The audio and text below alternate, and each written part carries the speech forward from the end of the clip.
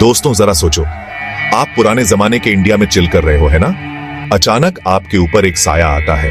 आप ऊपर देखते हो और BM, एक बहुत बड़ा उड़ने वाला यंत्र आपके ऊपर मंडरा रहा है। बिल्कुल बॉलीवुड फिल्म जैसा सीन लग रहा है ना?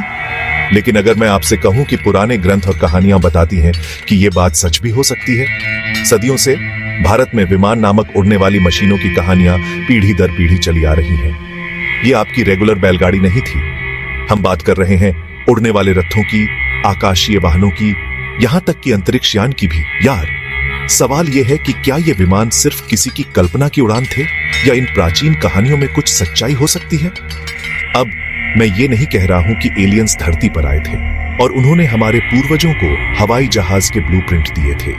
मैं बस इतना कह रहा हूं कि यह संभावना, चाहे कितनी भी छोटी क्यों ना हो, बहुत ही दिलचस्प है ना? चलो विमानों की दुनिया में उतरते हैं और देखते हैं कि हम क्या क्या राज खोल सकते हैं।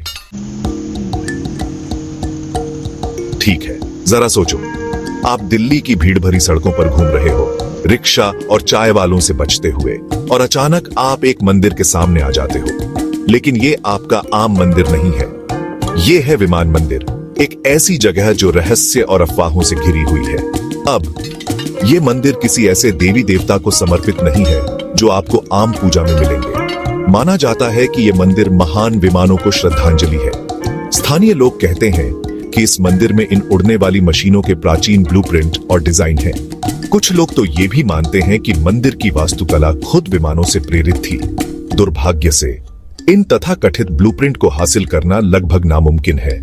या तो ये समय के साथ खो गए हैं, किसी गुप्त तहखाने में छिपे हुए हैं, या सच कहूं तो हो सकता है कि ये कभी थे ही नहीं। लेकिन कोई बात नहीं, थोड़ा रहस्य किसी को नुकसान नहीं पहुंचाता, है ना?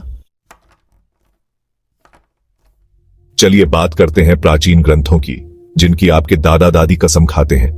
आप जानते हैं, वो मोटी मोटी किताबें जिनमें कहानियां, मिथक और शायद थोड़ी बहुत ऐतिहासिक सच्चाई भी छिपी हुई है। खैर, इनमें से कुछ ग्रंथ जैसे वेद और पुराण वास्तव में विमानों का उल्लेख करते हैं।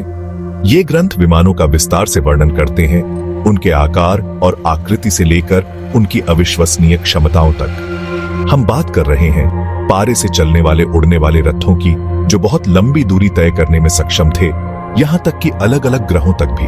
बिल्कुल किसी साइंस फिक्शन फिल्म जैसा लग रहा है ना?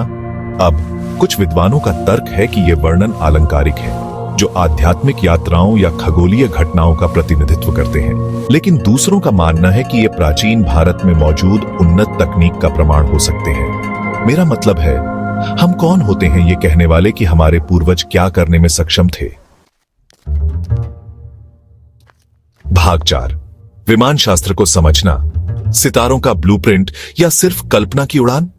अब कस के पकड़ लो, क्योंकि अब चीजें थोड़ी टेक्निकल होने वाली हैं। पेश है विमान शास्त्र, एक ऐसा ग्रंथ जो दावा करता है कि वो एक विमान बनाने की पूरी गाइड है। इसमें डायग्राम है, निर्देश हैं, सब कुछ है। ये बिल्कुल आपके खुद के उड़ने वाले रथ को असेंबल करने के लिए आइकिया मैनुअल की तरह है, सिवाय इसके कि ये बहुत ज्यादा जटिल है और शायद इसमें कोई स्क्रू गायब नहीं होगा। समस्या ये है कि जिन वैज्ञानिकों और इंजीनियरों ने विमान शास्त्र का अध्ययन किया है, उनका कहना है कि ये विसंगतियों और ऐसी अवधारणाओं से भरा है जो वैज्ञानिक रूप से बिल्कुल भी मेल नहीं खाती है। उनका तर्क है कि ग्रंथ में वर्णित सामग्री और तकनीक वास्तव में उड़ने वाली मशीन बनाने के लिए काम नहीं करेगी। लेकिन कौन जाने, हो सकता है कि हमारे पूर्वजों को कुछ ऐसा पता था जो हम अभी तक नहीं समझ पाए हैं, या हो सकता है, बस हो सकता है कि वो कहानी सुनाने में बहुत माहिर थे। भाग 5, सबूत कहां है? पुरातात्विक साक्ष्यों की तलाश। इन अद्भुत कहानियों के साथ यही दिक्कत है, ये सोने के समय के लिए तो बढ़िया है, लेकिन ठोस सबूत कहां है? आप बिना कोई प्रमाण खोदे सिर्फ ये दावा नहीं कर सकते कि प्राचीन भारतीय अंतरिक्ष यान में उड़ रहे थे, है ना?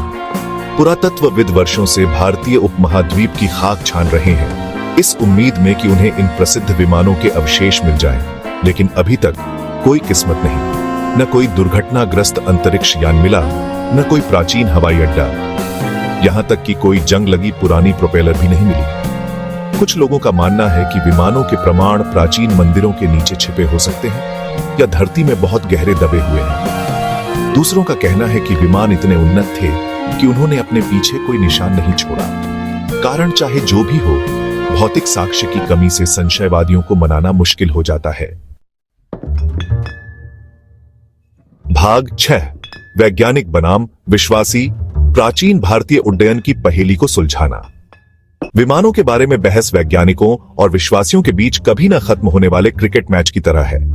एक तरफ वैज्ञानिक हैं, जो सख्त अंपायरों की तरह हैं। वे सबूत, तर्क और वैज्ञानिक सिद्धांतों की मांग करते हैं। उनका तर्क है कि भौतिकी के नियम विमानों को प्राचीन ग्रंथों में वर्णित रूप में अस्तित्व में रहने की अनुमति नहीं देंगे। दूसरी तरफ आपके पास विश्वासी हैं, जोश से भरे प्रशंसक, जो स्टैंड से जयकार कर रहे हैं। वे प्राचीन ग्रंथों, लगातार चली आ रही पौराणिक कथाओं और विमानों के प्रति स्थायी आकर्षण की ओर इशारा करते हुए इसे ही पर्याप्त प्रमाण मानते हैं। उनका तर्क है कि हमारे पूर्वजों के पास ऐसा ज्ञान और ऐसी तकनीकें थीं जिन्हें हम बस भूल चुके हैं। कौन सही है, ये कहना मुश्किल है। दोनों पक्ष अपने अपने तर्क पेश कर रहे हैं और बहस जारी है। हो सकता है कि सच्चाई कहीं बीच में हो। भाग 7। अनंत रहस्य। क्या हम कभी सचमुच जान पाएंगे? तो क्या प्राचीन भारतीयों ने वास्तव में उड़ान का राज खोज लिया था?